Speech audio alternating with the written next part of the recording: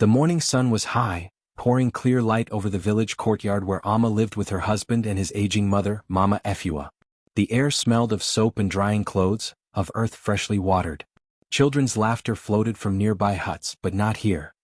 Here, silence gathered around sharp words.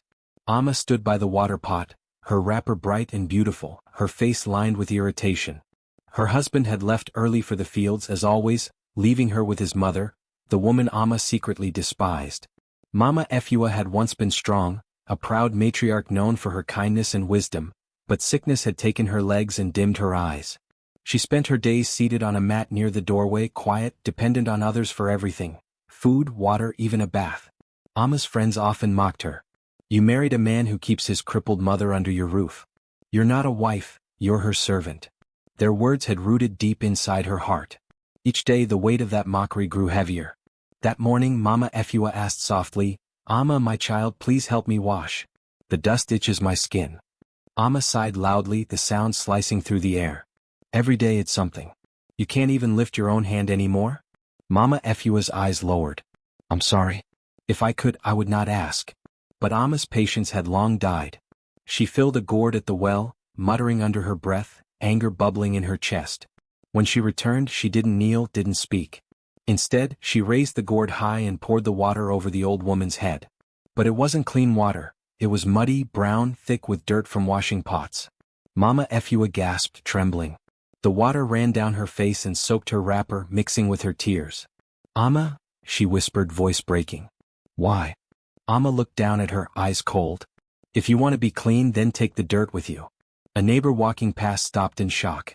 Another woman dropped her bundle of firewood. The courtyard fell still. The sound of the water dripping from Mama Efua's clothes was the only thing that moved. For a long time the old woman said nothing. Her wrinkled hands clutched her wet wrapper, her lips trembling not from fear, but from heartbreak. Finally she looked up at Amma, not with anger, not with hatred, but with sorrow so deep it pierced through the young woman's pride. "My child," she said weakly, "you do not know what curse you bring with that act. The earth itself sees and it remembers." Amma rolled her eyes and turned away. "Keep your old words to yourself. I have work to do." But as she walked inside, something unsettled her, not guilt, but a strange weight pressing at her chest. The villagers who had witnessed the scene whispered among themselves. Some shook their heads, others turned away, unable to watch. Later that day, the sky that had been bright and blue began to dim, though it was not yet evening. A cool wind swept through the trees, carrying with it the faint smell of rain, though no clouds gathered. In her corner, Mama Efua prayed quietly. "May the child I love not be lost to her own heart. May mercy find her before judgment does." Amma sat by the fire, pretending not to hear. She scrubbed pots furiously, but her hands shook. Every splash of water seemed to echo the moment she had poured that dirty bowl. Her reflection trembled in the basin, not proud, not beautiful, but hollow. When her husband returned, she smiled and served him food as if nothing had happened. But the villagers' silence during dinner told a different story. Her husband noticed it too. "Why do they look at me so strangely?" he asked. Amma avoided his gaze. "You imagine things." But deep in her heart she knew the truth. The day had changed something. The air itself seemed to hum with quiet judgment. And somewhere beyond the village, the river that flowed past their home rippled strangely, as though stirred by an unseen force. That night, as Amma tried to sleep, she heard Mama Efua coughing in the next room. The sound grated her nerves, yet beneath the irritation, there was an ache she could not explain. She pulled her wrapper over her head, trying to block it out, but the sound grew louder, then faded, replaced by another, the soft whisper of water dripping from the roof. It was only then, in the stillness of night, that Amma felt something stir inside her. Not pity, not yet remorse, but a flicker of unease. She could not name it, but it crept beneath her skin like the first shadow of a storm. And as Mama Efua whispered a prayer one last time before sleeping, a single tear slipped from Amma's eye, silent, unacknowledged, but heavy with the weight of what she had done. The next morning, sunlight filled the courtyard again, but it felt colder somehow, as if the warmth refused to stay. Amma woke before dawn, her mind restless. She had dreamed of water, thick, dark water rising from the ground, swallowing her feet. When she looked down, she saw Mama Efua's face beneath the surface, whispering something she could not hear. She shook off the dream and stepped outside. The old woman was already awake, sitting quietly beside her mat. Her eyes were gentle but far away, as if she'd already begun saying goodbye to this world. Amma felt a strange urge to speak, but pride sealed her lips. She busied herself with chores, fetching firewood, sweeping the yard, and pretending not to see her mother-in-law's trembling hands as she tried to eat her breakfast. When Mama Efua dropped her bowl, Amma sighed loudly and muttered, "You bring nothing but trouble." But this time Mama Efua didn't respond. She simply looked at Amma, her eyes calm and sad, a gaze that lingered long enough to make the younger woman turn away. Later that day, a group of women from the village stopped by. They brought cassava and gossip as women often did. One of them, Abina, leaned close to Amma. "We saw what happened yesterday," she whispered. "The whole village talks about it. They say your husband's mother is cursed, and that you'll share her fate if you're not careful." Amma laughed sharply. "Cursed? She's just old. People love to invent stories when they have nothing to do." Abina hesitated, then lowered her voice. "Even the elders said the ancestors don't sleep through such shame. Pouring dirty water on one's elder, it stains the soul, Amma. You must make it right before the harm returns." Amma rolled her eyes, waving off the warning. "Enough of your old wives' tales." But as the women left, she noticed something strange. The chickens that pecked near the kitchen suddenly scattered, clucking wildly. A clay pot cracked without reason. Her husband's dog refused to go near the old woman's mat. For the first time, a flicker of fear touched Amma's heart, small but sharp. That evening, her husband came home with a worried face. "The chief's wife told me what happened." "Amma, did you really do that to my mother?" Amma froze, her pride flaring. "So you believe the gossips more than your own wife?" He sighed deeply. "It's not gossip if the whole village saw it. Even the river women are talking. Do you know what it means to shame an elder in public?" Amma slammed the pot she was holding onto the ground. "I've worked myself to the bone in this house. While your mother sits there doing nothing, I fetch, I clean, I cook. And still I'm the one everyone blames." Her husband looked at her, pain etched into his face. "Amma, I married you because I saw kindness in you. Where has it gone?" The question pierced through her more than she wanted to admit. She turned away, refusing to meet his eyes. "Maybe it died the day I became your servant." He said nothing after that. The silence between them stretched long and heavy. That night the wind rose suddenly. The trees rustled like they were whispering secrets. Amma lay awake staring at the roof. Then she heard it again, that soft dripping sound. But this time it wasn't rain. It was coming from inside. She lit a small lamp and looked around. Her eyes widened. From the ceiling water trickled, though the sky outside was clear. It fell drop by drop, landing in a small bowl she'd left near the fire. The water was muddy. Brown. Exactly like the one she had poured the day before. Her breath caught. She stepped back, heart pounding. The air felt thick, almost heavy. Then, faintly, she heard Mama Efua's voice from her mat. "Amma," the old woman murmured, half asleep, "the earth remembers." Amma's skin prickled. The lamp flickered, then went out. For the rest of the night, she sat awake, her knees drawn to her chest, staring at the bowl that filled slowly, one muddy drop at a time, as if the world itself had decided to remind her of what she had done. By morning she looked older. The bright, proud fire in her eyes had dimmed to something uncertain. Fear, guilt, or perhaps both. But still she said nothing. Still, she carried herself with the stubbornness of pride, even as her world began to shift in ways she could no longer control. The next few days unfolded under skies too blue to trust, the kind of deceptive calm that settles before a storm. Amma tried to pretend everything was normal. She cooked, swept, washed, and avoided her husband's eyes. But nothing truly was the same. The villagers had grown quieter around her. Conversation stopped when she passed. Children stared at her with a mix of curiosity and unease. She told herself she didn't care. She still walked with her head high, her colorful wrappers bright against the dull earth, her chin lifted like a challenge. Yet inside something had begun to crack. Mama Efua, though frail, seemed to grow strangely peaceful. She hummed old songs while sitting beneath the mango tree, her fingers tracing invisible lines on the ground. Sometimes she spoke to herself, or perhaps to someone Amma couldn't see. One afternoon, Amma brought her food without a word. The old woman looked up and smiled faintly. "Child," she said, "do you know why I sing?" Amma frowned. "Because you have nothing else to do?" Mama Efua's smile didn't fade. "Because when a heart carries too much pain, the song carries it away." Amma said nothing. She left the food and walked off, but the tune followed her, a low, haunting melody that seemed to echo inside her bones. That evening, the village prepared for the coming festival of rain, a celebration meant to bless the season's crops. Amma joined reluctantly, helping the women pound yam while the drummers practiced near the square. Everyone avoided her eyes except one old woman, Adwoa, the village seer. She stopped in front of Amma and studied her for a long time. "You've angered the spirits of the home," Adwoa said quietly, her voice rough with age. Amma forced a laugh. "And you've angered me with your nonsense." But the old woman didn't move. "A house where elders weep is a house the wind will soon visit. Make peace, Amma. Before the wind comes for what you love." The words clung to Amma long after Adwoa had gone. That night she tried to sleep, but her dreams were heavy and strange. She found herself walking through water that rose higher with each step. Ahead of her, Mama Efua stood, half submerged, her face calm, her eyes glowing faintly. "Come home, child," she said. "The river knows your name." Amma woke with a cry, drenched in sweat. The sound of rain was everywhere, but when she stepped outside, the ground was dry, the moon sharp and bright. She went to check on Mama Efua, only to find her sitting upright, awake. "You heard it too," the old woman said softly. Amma hesitated. "Heard what?" "The river. It's restless." Amma's chest tightened. "You're just trying to scare me." But the older woman shook her head. "No, my daughter. The river doesn't scare, it remembers. And so does the heart." Amma turned to leave, angry now. "I've had enough of your riddles." But as she stormed back toward her hut, she froze. Near the doorway, her husband's sandals were placed neatly, but beside them lay another pair. Smaller.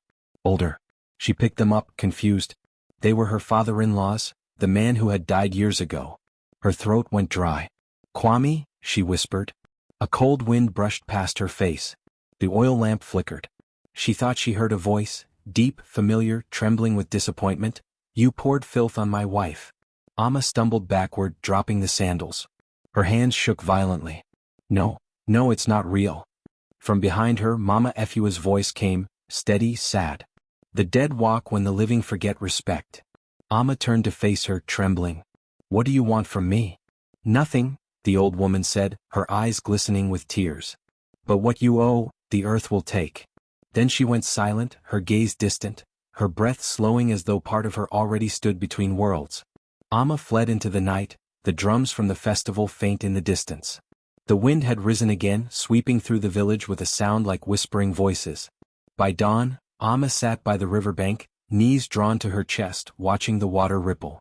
The reflection of her face wavered, distorted by the current, and for a fleeting moment, it wasn't her own she saw staring back, but that of Mama Efua.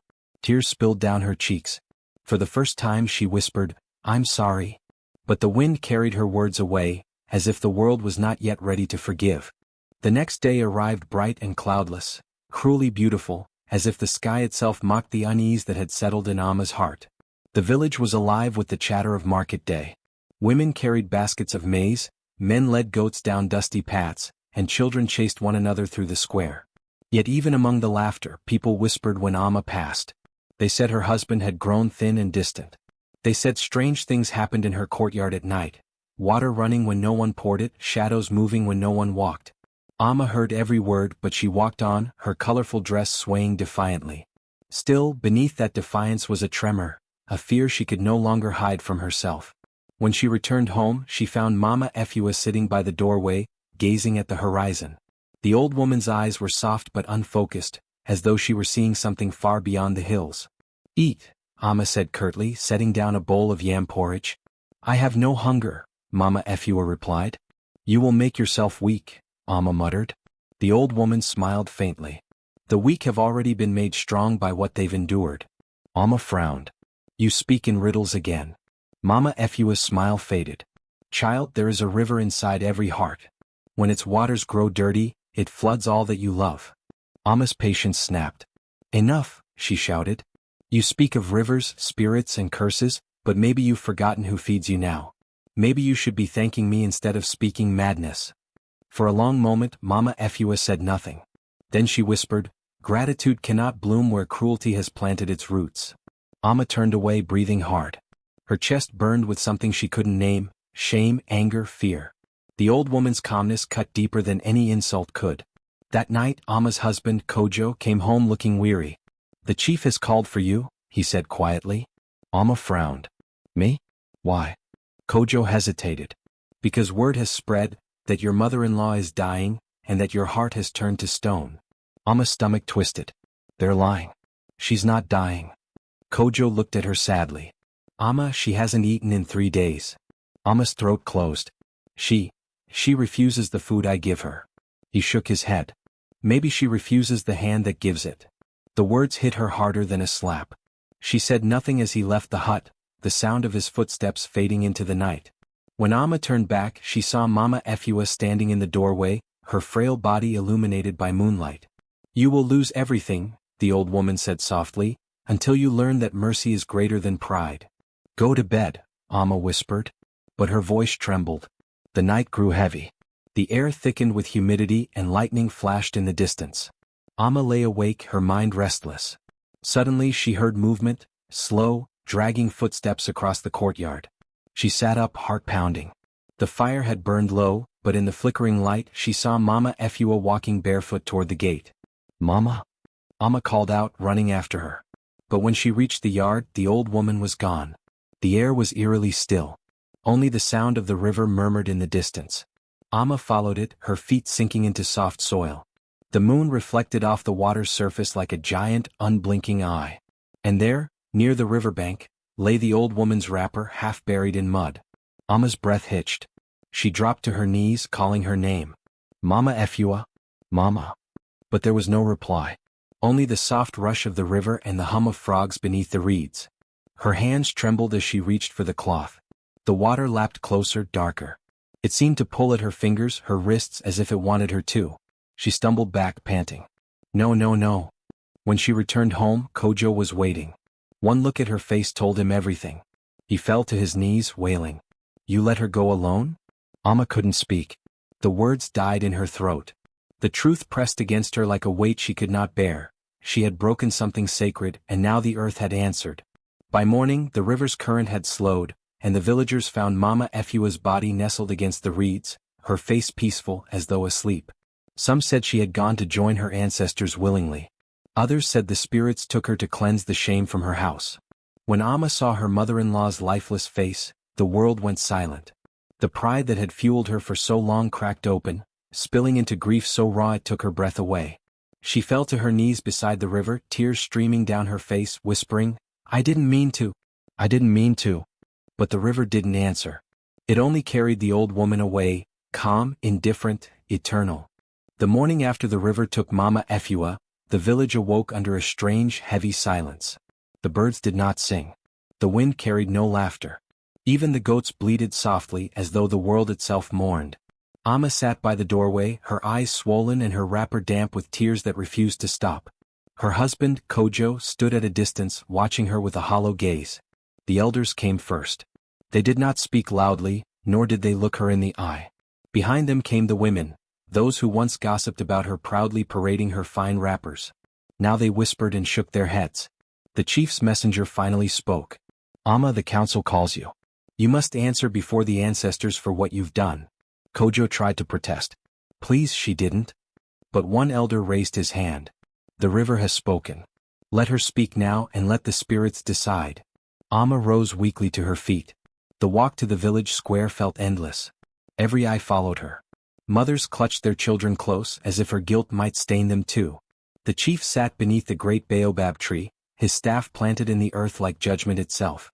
Ama, daughter of the earth, he said, his deep voice echoing. We have heard that you poured shame upon the woman who raised your husband, that she died without peace under your roof. Is this true? Ama's lips trembled. I only lost my temper. I did not mean. Intentions cannot wash a wound, the chief interrupted sternly. You must cleanse what has been defiled. But first, confess before all what your heart carried when you poured that water. Ama's chest rose and fell. The air seemed too thick to breathe. Around her, villagers waited, faces hard, eyes unforgiving. Finally, she whispered, I was angry. I was tired of being compared to her goodness, her wisdom, her strength. I wanted her to feel small, just once. I wanted peace in my home, but instead I destroyed it. The murmurs in the crowd faded into silence. For the first time, her words carried no bitterness, only sorrow. Kojo's eyes filled with tears as he turned away. The chief stood. The river has taken what it must. But forgiveness does not flow from words, it flows from change. You will tend her resting place by the river for 40 days. You will wash the feet of every elder who visits your home. Only then may you be free from the shadow you cast. Amma bowed her head, whispering, I accept. That night she returned to the river. The moonlight shimmered on the water where Mama Efua's body had been found. She knelt there, laying down a bundle of white cloth and flowers. Her hands shook as she spoke, her voice barely a whisper.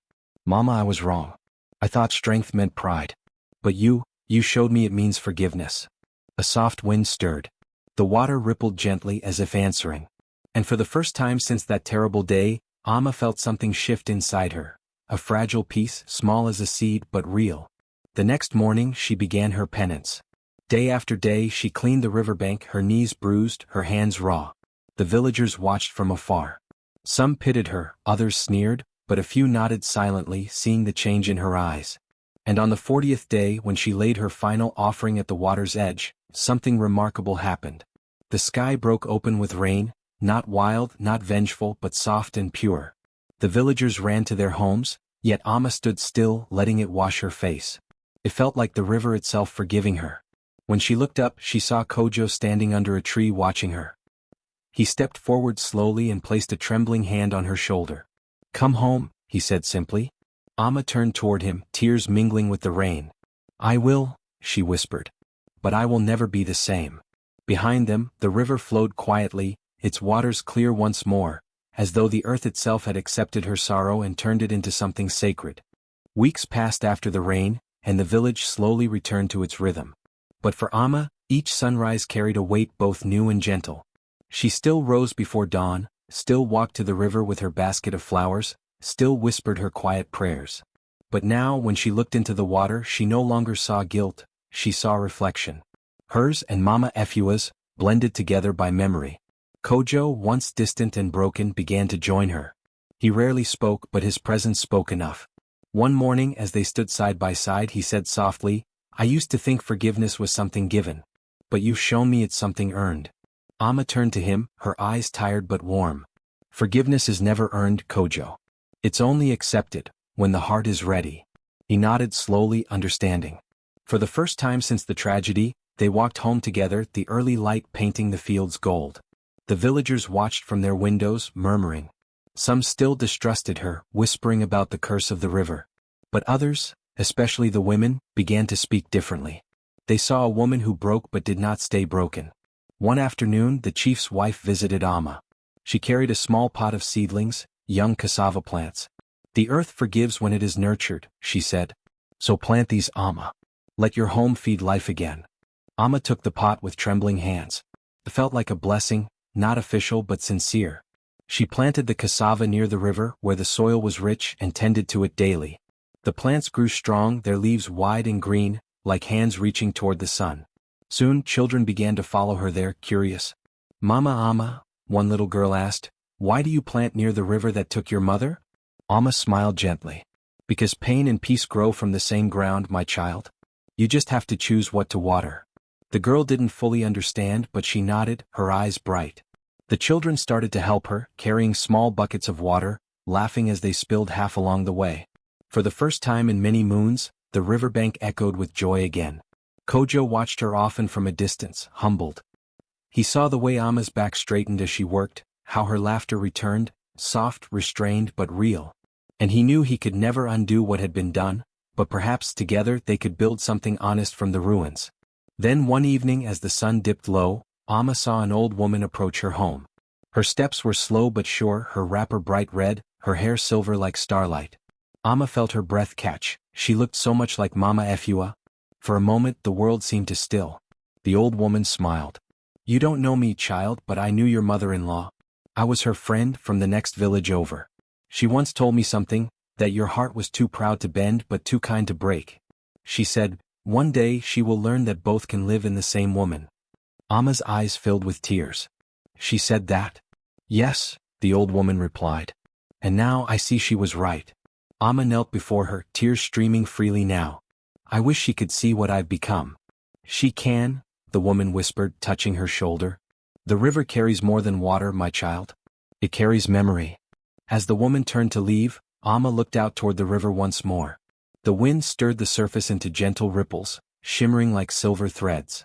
And for the first time, Amma smiled without sorrow. She whispered into the breeze, "Thank you, Mama. You taught me even in death." The village saw her differently from that day onward. They no longer spoke of Amma, the cruel wife. They spoke of Amma, the river's daughter, the one who learned to heal what she broke, who turned shame into soil and guilt into growth. At dusk, she sat by the cassava plants, their roots strong beneath the earth. The sound of the river was no longer haunting. It was a lullaby, one that told her story in whispers of flowing water and forgiveness, carrying her pain away with each passing wave. The harvest season arrived with the smell of ripened cassava and roasted maize drifting through the village air. Birds sang in the distance, children ran with laughter, and for the first time in many years, Amma's compound was filled with sound again, the soft rhythm of life returning. But beneath that calm, Amma felt something shifting. She had found peace, yes, but a strange restlessness began to stir within her, a quiet ache that came from remembering too deeply. Every time she passed the river, she thought she saw Mama Efua's reflection in the ripples, watching her, proud yet distant. It comforted her, and unsettled her. One afternoon, Kojo returned from the farm with a troubled face. "Amma," he said, "some of the elders wish to visit. They want to see if the curse has truly left our home." Amma froze, her hands tightening around her basket. "Curse?" she repeated softly. He nodded. "They still believe Mama Efua's spirit lingers, that her anger hasn't faded." Amma sighed deeply. "Let them come. The living need proof for what the dead already know." That evening the elders gathered in her courtyard. They brought kola nuts, a calabash of water, and incense made from dried herbs. The head elder, a stooped man with eyes like river stones, looked at Amma long and hard. "You wronged the one who raised you," he said. "But the land has softened since then. Tell us, what did you do to calm her spirit?" Amma didn't flinch. "I wept. I worked. I forgave myself. And I fed those she once fed. The rest, the river carried away." The man's face softened, but the others murmured among themselves. One of the women stepped forward, holding a small pot. "Then let us offer to her spirit," she said. "If she is at peace, the flame will stay steady." They lit the small fire and placed it before Amma's cassava plants. The flame flickered wildly at first, bending and twisting as the wind stirred, then slowly steadied, glowing bright and calm. A hush fell over everyone. Even the crickets seemed to pause. "It means she rests," the head elder whispered. "She has accepted her place in the water and yours on the land." Tears filled Amma's eyes, but she smiled through them. "She always wanted peace for this family," she murmured. After the elders left, Kojo sat beside her by the firelight. "You've given her peace," he said quietly. "And you've given me more than I deserve." Amma looked at him with a faint smile. "We both gave her pain once. It's only right we both learn to heal it." Kojo nodded. "Sometimes I wonder if she brought you into my life for this reason alone, not to love me but to teach me." Amma stared into the fire, her face illuminated in the amber glow. "Perhaps," she said softly. "Or maybe to teach me that love isn't kindness alone. It is also patience and pain and knowing when to let go." A long silence followed, filled only by the crackle of firewood and the whisper of the river. Later that night, Amma walked to the riverbank alone. The moon shone full and silver, painting the world in pale light. She knelt, cupped her hands in the water and whispered, "I've tried, Mama. I've tried to become the woman you believed I could be." A soft breeze swept through the reeds, rippling the water, and a single white feather drifted down, landing on her palm. Amma froze, staring at it with trembling lips. Then she smiled, a deep, quiet smile that seemed to come from her soul. "I'll take that as your answer," she whispered. As she walked home, her steps light against the earth, she realized something profound. Peace was not something given by others. It was grown, like her cassava, watered by tears and patience until it bore fruit. When she reached her hut, she saw Kojo asleep by the fire, his face calm for once, his breath slow. Amma covered him with a cloth, looked around her small but thriving home, and finally allowed herself to rest. Outside, the river kept singing, not a song of grief anymore but one of return. And though the night was deep, it felt bright, alive, and eternal, a reflection of her spirit, reborn from the same water that once broke her. Weeks passed like quiet songs carried by the wind. The village had settled into peace, but something in Amma's heart began to ache again, not from sorrow this time but from memory. Every morning, she still rose before dawn, washing her face in the river as the sun stretched its fingers over the horizon. The water, once her enemy, had become her companion, a silent listener to her prayers. Kojo watched her from a distance, often too afraid to speak. His shame still lived in him like an old scar, tender but healing. Sometimes he tried to help with the farm, but Amma would gently wave him away. "Rest," she would say softly. "Peace must grow slowly even in the heart." One morning, Amma woke to the sound of crying outside. It was Kojo's sister, a woman with kind eyes and weary hands. She knelt at the doorway. "Amma," she said, "Kojo has fallen ill. He can hardly rise." Amma's heart stilled. Without hesitation, she gathered herbs, water, and her old shawl, and hurried to his side. She found him lying beneath a mango tree, breathing weakly. The sunlight fell across his face, revealing the lines of regret etched deep over time. He looked up when she knelt beside him. "Amma," he whispered, voice trembling, "I think my time is near." "Don't say that," she said quickly, holding his hand. "You've come back from worse." He smiled faintly, shaking his head. "You always saw light in the places I thought were dead. You even found it in me." Tears welled in her eyes. "You were lost, not gone." Kojo's gaze softened. "I wronged you. I wronged my mother. But you carried both burdens, mine and hers, and still managed to stand." Amma swallowed hard. "What's done is done, Kojo. You've already asked for forgiveness. It's time to rest." He stared at her a long while, then whispered, "If I could live again, Amma, I'd spend every day trying to be half the person you became after I broke you." A deep silence fell between them. The only sound was the rustle of leaves and the slow hum of the river in the distance. Amma brushed his forehead gently with the damp cloth. "You became better, Kojo," she said softly. "Maybe not in the way you wanted, but enough to die in peace." He nodded weakly, his lips trembling. "Then, stay with me until I sleep." She stayed. She sat beside him as the sun dipped low and the sky burned with orange and rose. When the light began to fade, Kojo's breathing grew shallower, softer, like the tide retreating into itself. Just before his final breath, he whispered, "Thank you, Amma, for showing me mercy when I deserved none." His hand went limp in hers. Amma didn't cry at first. She sat still, the evening breeze brushing her face, the world around her quiet and waiting. Then, slowly, tears began to fall, not heavy sobs, but quiet drops that slid down her cheeks, as though the sky had begun to rain from within her. She closed his eyes and whispered, "Go in peace, Kojo. The river will guide you home." The villagers came later to help with the burial. They chose a spot by the river, the same river that had washed away Amma's shame, the same that had forgiven their sins. When it was done, Amma placed a small wooden carving at his grave, two hands cupping a single drop of water. As the last light of day vanished, she stood there for a long time, watching the reflection of the stars on the surface. The world felt still, suspended between grief and grace. And in that stillness, Amma realized something she had never said aloud. Forgiveness wasn't just about freeing someone else. It was about freeing the part of yourself that still waited for them to change. So she turned away from the grave, walking back to her home with her head lifted high. Behind her, the river whispered softly, not of endings but of beginnings reborn through tears. Years passed, and the story of Amma became part of the village's breath, spoken softly around fires, sung in songs during harvest, and whispered to young brides as lessons of patience and grace. Her once broken spirit had become a river itself, steady, clear, and endless. She had grown older now. Her hair, once black as night, shone with threads of silver that caught the sun. Her face carried lines not of age but of a life deeply lived. Every morning she still walked to the same riverbank, the one where she had once wept in silence, where she had begged for strength, and where she had buried her pain. Children would often follow her, calling, "Mama Amma, tell us a story." She would smile, sit under the old mango tree and begin. But she never spoke of her pain the way she once felt it. She spoke of forgiveness, of love that healed instead of burned, of how even ashes could become gardens again. One day during the yearly festival, the chief called her to the stage. The drums hushed, and the air shimmered in the golden daylight.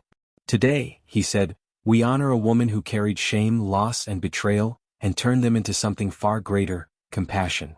The crowd rose to their feet. Some clapped, some wept. Amma stood humbly before them in a bright cloth of blue and red, colors that sang of life and renewal. As the wind brushed her face, she raised her hand and said, "Do not honor me for what I endured, but for what I became because of it. Every wound is a seed. If you let it, it will bloom." A silence fell. Then, like a wave, the crowd began to chant her name, Amma, Amma of the river. Even the women who once mocked her came forward, bowing their heads. Among them were young wives, widows, and daughters, each one finding courage in her gaze. From that day on, Amma became the village's heart, the one they came to for counsel, the one whose words could calm storms of gossip or mend rifts between families. She taught them that dignity wasn't born from wealth or marriage, but from choosing kindness even when the world was cruel. As the years went on, her steps grew slower. One evening, as the sun bled into the horizon, she returned to the river for what would be the last time. The water glowed with the same soft light it had on the day she first stood there, abandoned and heartbroken. She knelt, touching the surface with her wrinkled fingers. "You saw me fall," she whispered. "You saw me rise. Let my peace stay here with you." The next morning, the villagers found her seated by the water, her eyes closed, her face calm, as if she had simply drifted into a dream. The river lapped gently at her feet, carrying away a single flower that had fallen from her hand. They buried her under the mango tree beside Kojo's grave. And every year since, women gather there with baskets of flowers and food, singing the song that was written in her honor. She poured pain into the river, and it bloomed into life. She was scorned and forgotten, but she became the village's light. Today travelers still stop by that river. They touch the soil, they whisper her name, Amma, and they leave with a strange kind of strength in their hearts. Because even generations later, her story still reminds them. No one stays buried in sorrow forever. Some rise, watered by their own tears, to become the very thing that heals the world.